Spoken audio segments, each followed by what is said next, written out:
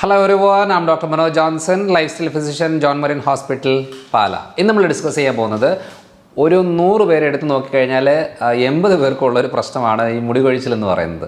അപ്പം എവിടെ നമ്മളിപ്പോൾ ഒരു ക്ലാസ് എടുക്കാൻ പോയാലും അല്ലെങ്കിൽ എവിടെ നമ്മളിപ്പോൾ ഒരു കൺസൾട്ടേഷൻ ഇരുന്നാലും എപ്പോൾ വന്നാലും ആളുകളോട് വളരെ കോമൺ ആയിട്ട് അവർ പറയുന്ന ഒരു പ്രശ്നം എന്ന് പറയുന്നത് മുടി കൊഴിച്ചിലാണ്, ഹെയർ ഫോളാണ്. പക്ഷേ ശരിക്കും പറഞ്ഞാൽ പല കാരണങ്ങളുണ്ട്. അതായത് പോഷകക്കുറവ് ഒരു കാരണമാണ്. അതിനകത്ത് ഈ അയൺ കുറയുക, ഫെർട്ടിൻ കുറയുക, B12 കുറയുക, വിറ്റമിൻ ഡി കുറയുക, ഇങ്ങനത്തെ പല കാര്യങ്ങളും കുറയുന്നതിൻ്റെ ഭാഗമായിട്ടും ശരിക്കും പറഞ്ഞാൽ നമ്മുടെ മുടി കൊഴിച്ചിലുണ്ടാവും. പിന്നെ സ്ട്രെസ് ലെവൽ കൂടിയാലും മുടി കൊഴിച്ചിലുണ്ടാവും, ഉറക്കം കുറഞ്ഞാലും മുടി കൊഴിച്ചിലുണ്ടാവും. ഈ ഇൻഫെക്ഷൻ, പനി, ജലദോഷം അങ്ങനത്തെ രീതിയിലുള്ള എന്തെങ്കിലും വൈറൽ അറ്റാക്ക് വന്നു കഴിഞ്ഞാൽ അതിൻ്റെ ഭാഗമായിട്ട് മുടി കൊഴിച്ചിലുണ്ടാവും. അതേപോലെ തന്നെ നമ്മുടെ അസിഡിറ്റി റിലേറ്റഡ് പ്രശ്നം ഉണ്ടെങ്കിൽ മുടി കൊഴിച്ചിലുണ്ടാവും, വെള്ളം കൂടി കുറഞ്ഞാൽ മുടി കൊഴിച്ചിലുണ്ടാവും. അങ്ങനെ പല കാരണങ്ങളുണ്ട് മുടി കൊഴിച്ചിൽ. അതുകൊണ്ട് ജസ്റ്റ് നമ്മൾ എന്തെങ്കിലും പോയിട്ട് ഒരു കാര്യം ഒരു എണ്ണ നോക്കുന്നത് കൊണ്ടൊന്നും നമ്മുടെ മുടി കൊഴിച്ചിൽ പ്രശ്നം മാറില്ല. അപ്പോൾ അത് ഏത് കാരണമാണെന്ന് കണ്ടുപിടിച്ചിട്ട് വേണം ചെയ്യാനായിട്ട്. എന്നാലും നമുക്കത് ബാലൻസ് ആയിട്ട് മുടി കൊഴിച്ചിലുണ്ട്, ഇനിയിപ്പോൾ എന്താ ചെയ്യേണ്ടത് എന്ന് ചോദിച്ചു കഴിഞ്ഞാൽ നമ്മൾ ആദ്യം ചെയ്യേണ്ട കാര്യം എന്ന് പറഞ്ഞാൽ വിറ്റമിൻ ഡി ശരിക്കും നമ്മുടെ ഭക്ഷണത്തിലൊന്നും അധികം കിട്ടത്തില്ല. ഇപ്പോൾ ഒരു ഗ്ലാസ് പാൽ കുടിച്ചാൽ തന്നെ ഒരു 40 IU ആ യൂണിറ്റിനനുസരിച്ചുള്ള കാര്യമാണ് കിട്ടുന്നത്. നമുക്ക് ഒരു ദിവസം 800 IU അളവിലാണ് നമുക്ക് വേണ്ടത്, അത്ര യൂണിറ്റിലാണ് നമുക്ക് വേണ്ടത്. അപ്പോൾ നമ്മൾ എത്ര ഗ്ലാസ് പാൽ കുടിക്കേണ്ടി വരും? മുട്ടയാണെങ്കിൽ എത്ര മുട്ട കഴിക്കേണ്ടി വരും? അപ്പോൾ അതുകൊണ്ട് നമുക്ക് ഏറ്റവും എളുപ്പമായിട്ട് ഇതിലുള്ളത് സൺലൈറ്റാണ്. പക്ഷേ ഈ സൺലൈറ്റ് ഉച്ചയ്ക്ക് ഒരു 11 മണി തൊട്ട് 3 മണി വരെയുള്ള സമയത്താണ്. അതൊരു മിനിമം ഒരു അരമണിക്കൂറെങ്കിലും ഉണ്ടെങ്കിൽ മാത്രമേ നമുക്ക് ആ അന്നത്തെ ദിവസത്തെ ഒരു കാര്യം കിട്ടത്തുള്ളൂ. അതും പോസിബിൾ അല്ല പല സാഹചര്യങ്ങളും. ഇപ്പോഴത്തെ ചൂടും വെയിലും പ്രശ്നം, അതിൻ്റെ ഭാഗമായിട്ട് ഭൂരിഭാഗം ആൾക്കാർക്കും ആസിഡിറ്റി പ്രശ്നവും തൈറോയ്ഡ് പ്രശ്നവും സ്കിൻ പ്രശ്നവും ഒക്കെ ഉള്ളവരാണ്. അവർ പോയിട്ട് ഈ വെയിലത്ത് പോയി നിന്ന് കഴിഞ്ഞാൽ കരിഞ്ഞു പോകുമല്ലാതെ പ്രത്യേകിച്ചൊന്നും മെച്ചമൊന്നും കിട്ടത്തില്ല. സോ അതുകൊണ്ട് എന്ത് ചെയ്യണം, അത് സപ്ലിമെൻ്റ് ആയിട്ടോ ഗുളികയായിട്ടോ മെഡിസിനായിട്ടൊക്കെ എടുക്കേണ്ടി വരുന്ന ഒരു കാര്യമാണ്. അതുകൊണ്ട് ഇത് പ്രോപ്പർ ഡോസിൽ എടുത്ത് പോവുകയാണെന്നുണ്ടെങ്കിൽ ഏറ്റവും നല്ലതായിരിക്കും. വിറ്റമിൻ ഡി കുറയുന്നതിൻ്റെ ഭാഗമായിട്ട് മുടി കൊഴിച്ചിലുള്ളത് ക്ലിയർ ആയി പോയിക്കോളും. പിന്നെയുള്ള കാര്യം എന്ന് പറഞ്ഞാൽ ഇനി വിറ്റമിൻ ഡി എടുത്തു എന്ന് വെച്ചു, അയനും ഫെർട്ടിന് കുറഞ്ഞു കഴിഞ്ഞാൽ ഇത് തന്നെയാണ് പ്രശ്നം. അപ്പം അയൺ കണ്ടൻറ്റ് വളരെ ഇമ്പോർട്ടൻ്റ് ആണ് മുടിയുടെ കാര്യത്തിൽ. കാരണം അത് നമ്മുടെ തൈറോയിഡിൻ്റെ ബുദ്ധിമുട്ടുകളെ ഉണ്ടാക്കും. അതേപോലെ തന്നെ മുടിക്ക് ഡാമേജ് വരുത്താനായിട്ടും അയൺ കുറഞ്ഞു കഴിഞ്ഞാൽ പ്രശ്നമായിരിക്കും. അപ്പം അയൺ കണ്ടൻറ്റ് ഏറ്റവും കൂടുതലുള്ളത് ഈ ഓർഗൻ മീറ്റ്സിലാണ്. നമ്മുടെ ഈ ലിവർ, ഇപ്പം ബീഫിൻ്റെ ലിവർ, മട്ടൺ ലിവർ എന്നൊക്കെ പറഞ്ഞ് ലിവറിൻ്റെ അവയവങ്ങളിൽ, റെഡ് മീറ്റ്സിൽ, അതേപോലെ തന്നെ ചുമന്ന കളറുള്ള പഴവർഗ്ഗങ്ങളിൽ ബീട്രൂട്ട്, അതേപോലെ ആപ്പിൾ, വാട്ടർമെലൺ, അങ്ങനത്തെ മാതള നാരങ്ങ, അങ്ങനത്തെ കണ്ടൻറ്റുള്ള ആ ഭക്ഷണങ്ങളിലാണ് ഏറ്റവും കൂടുതൽ നമ്മുടെ ഈ അയൺ കണ്ടൻറ്റ് കണ്ടുവരുന്നത്. സോ അതുകൊണ്ട് ആ ഒരു രീതിയിൽ നമ്മൾ കഴിക്കാൻ പറ്റിയില്ലെങ്കിൽ നമ്മൾ സിറപ്പായിട്ടോ അല്ലെങ്കിൽ അയൺ ഗുളികളായിട്ടോ എടുക്കുന്നത് വളരെ നല്ലതായിരിക്കും.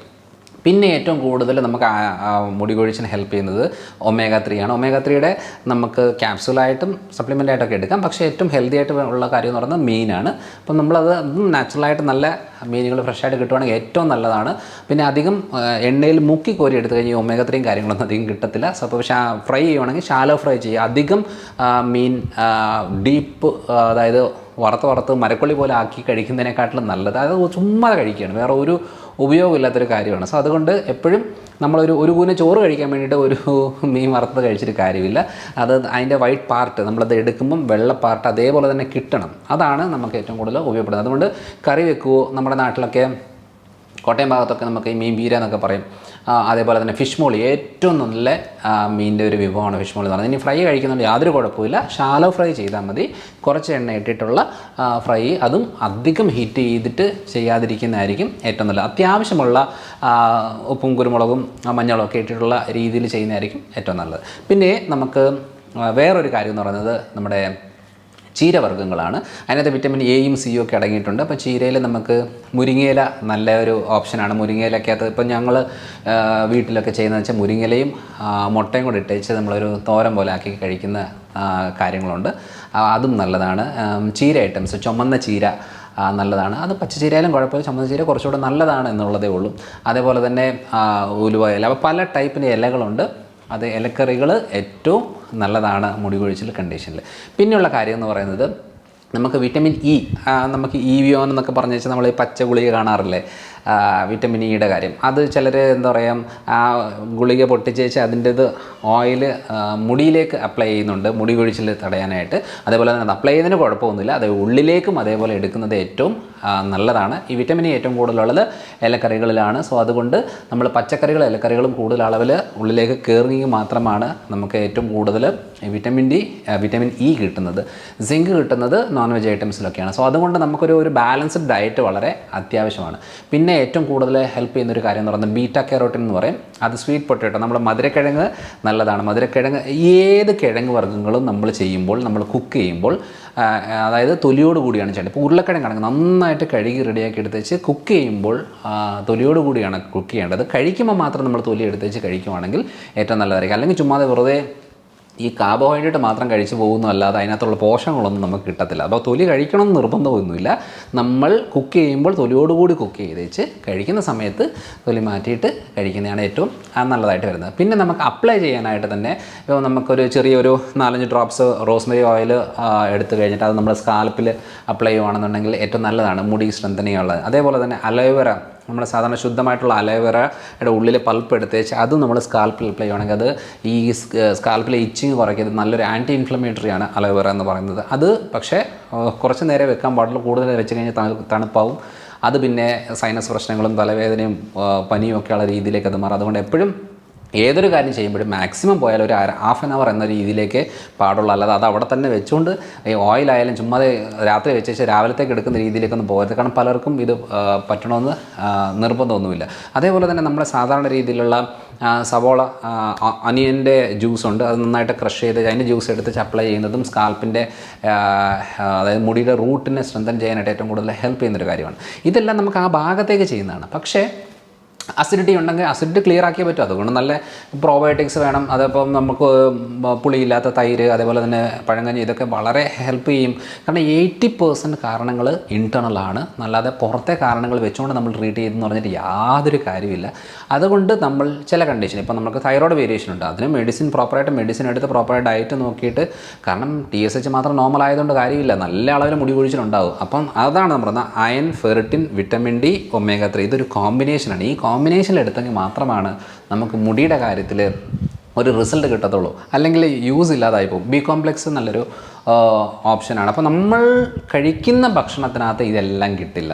അപ്പോൾ കഴിക്കുന്ന ഭക്ഷണത്തിനകത്ത് ഈ പറയുന്ന നോൺ വെജ് ഐറ്റംസ് നമ്മൾ ഉൾപ്പെടുത്തണം, പച്ചക്കറികൾ നമ്മൾ ഉൾപ്പെടുത്തണം, ചോറായാലും ഏത് കാർബ്സ് എന്തായാലും ചെറിയ അളവിൽ നമ്മൾ ഉൾപ്പെടുത്തണം, പൾസസ് പയറുപരിപ്പ് വർഗ്ഗങ്ങൾ ഉൾപ്പെടുത്തണം, ഇലക്കറികൾ ഉൾപ്പെടുത്തണം. ഇതെല്ലാം കൂടെ ഒരു കോമ്പിനേഷനിലാണ് നമുക്കൊരു ബാലൻസ്ഡ് ഡയറ്റ് എന്ന് പറയുന്നത്. പക്ഷെ പലപ്പോഴും നമുക്കെങ്കിൽ എല്ലാ കോമ്പിനേഷനും നമുക്ക് എടുക്കാൻ പറ്റത്തില്ല. അങ്ങനെ ഉള്ളപ്പോൾ മാത്രം നമ്മൾ അതിൻ്റെ സപ്ലിമെൻ്റ് ആയിട്ടോ കാര്യങ്ങളായിട്ടോ നോക്കേണ്ട കാര്യമുള്ളൂ, അല്ലെങ്കിൽ ഒരു കുഴപ്പമില്ല. പിന്നെ വെള്ളം കൂടി വളരെ ഇമ്പോർട്ടൻ്റ് ആണ്. പല സാഹചര്യങ്ങളിലും സ്കിന്നിൻ്റെ കണ്ടീഷൻ ഏറ്റവും കൂടുതൽ ഹെൽപ്പ് ചെയ്യുന്നത് വെള്ളമാണ്. അപ്പോൾ നമ്മൾ വെള്ളത്തിൻ്റെ അളവ് കുറഞ്ഞു കഴിഞ്ഞാൽ നല്ല അളവിൽ മുടി കൊഴിച്ചിലുണ്ടാകും. അതുകൊണ്ട് അത് ചൂടുവെള്ളമോ തണുപ്പുവെള്ളമോ എന്നുള്ളതൊന്നും അല്ല നിർബന്ധം, വെള്ളം കുടിക്കുക എന്നുള്ളതാണ്. അത് ഏത് വെള്ളം കുടിക്കണമെന്ന് തോന്നുന്നു, ഏത് അളവിൽ കുടിക്കണമെന്ന് തോന്നുന്നു ആ അളവിൽ കുടിക്കുക എന്നുള്ളതേ ഉള്ളൂ. അല്ലാതെ നമുക്കതിനകത്ത് വലിയ റൂൾസ് ആൻഡ് റെഗുലേഷൻസ് ഫോളോ ചെയ്യേണ്ട ആവശ്യങ്ങളും അതിനകത്തൊന്നുമില്ല. എന്നാലും നമ്മൾ നല്ല വെള്ളമായിരിക്കണം കുടിക്കേണ്ടത് എന്നുള്ളതാണ് മെയിനായിട്ട് നമ്മൾ അറിഞ്ഞിരിക്കേണ്ട ഒരു കാര്യം എന്ന് പറയുന്നത്. അപ്പോൾ നമ്മളിപ്പോൾ ഒരു ഇൻഫെക്ഷൻ വന്നു, പനി വന്നു, അല്ലെന്നുണ്ടെങ്കിൽ നമുക്കൊരു ആൻറ്റിബയോട്ടിക് എടുത്തു, അല്ലെന്നുണ്ടെങ്കിൽ വേദനയുടെ ഗുളിക എടുത്തു, സ്റ്റിറോയിഡ് എടുത്തു, ഇതിൻ്റെ ആഫ്റ്റർ എഫക്റ്റ് ആയിട്ടും ഇൻഫെക്ഷൻ വന്നതിൻ്റെ 2 ആഴ്ച കഴിയുമ്പോഴത്തേനും പിന്നെ മുടി കൊഴിച്ചിൽ കൂടും. അപ്പോൾ നമ്മൾ നോക്കുമ്പോൾ ഒരു കുഴപ്പമില്ലായിരുന്നു, ഭയങ്കര മുടി കൊഴിച്ചിലാണ് എന്ന് പറയുമ്പോൾ ശരീരത്തിൽ പല ചേഞ്ചസ് വരുന്നതിൻ്റെ ആഫ്റ്റർ എഫക്റ്റ് ആയിട്ടാണ് അത് ഉണ്ടാകുന്നത്. അപ്പോൾ നമ്മൾ അറിയേണ്ട കാര്യം എന്ന് വെച്ചാൽ ഒത്തിരി കാരണം കൊണ്ട് മുടി കൊഴിച്ചിലുണ്ടാകും. അത് പോഷകക്കുറവിൻ്റെ ആണോ, തൈറോയ്ഡ് വേരിയേഷൻ്റെ ആണോ, PCOD പ്രശ്നത്തിൻ്റെ ആണോ, ഗട്ട് റിലേറ്റഡ് അസിഡിറ്റിയുമായിട്ട് വയറ് സംബന്ധമായിട്ടുള്ള പ്രശ്നങ്ങളാണ്. ഇതൊക്കെയാണെങ്കിൽ ആ ഉള്ളിലെ കണ്ടീഷൻ ക്ലിയർ ആക്കിയെങ്കിലേ നമുക്ക് ആ ചേഞ്ചസ് വരത്തുള്ളൂ. പിന്നെ നമ്മുടെ വരുന്നത് ഉറക്കം കുറഞ്ഞാൽ വരും, സ്ട്രെസ് ലെവൽ കൂടിയാൽ വരും, ഫിസിക്കൽ ആക്ടിവിറ്റി കുറഞ്ഞാൽ വരും.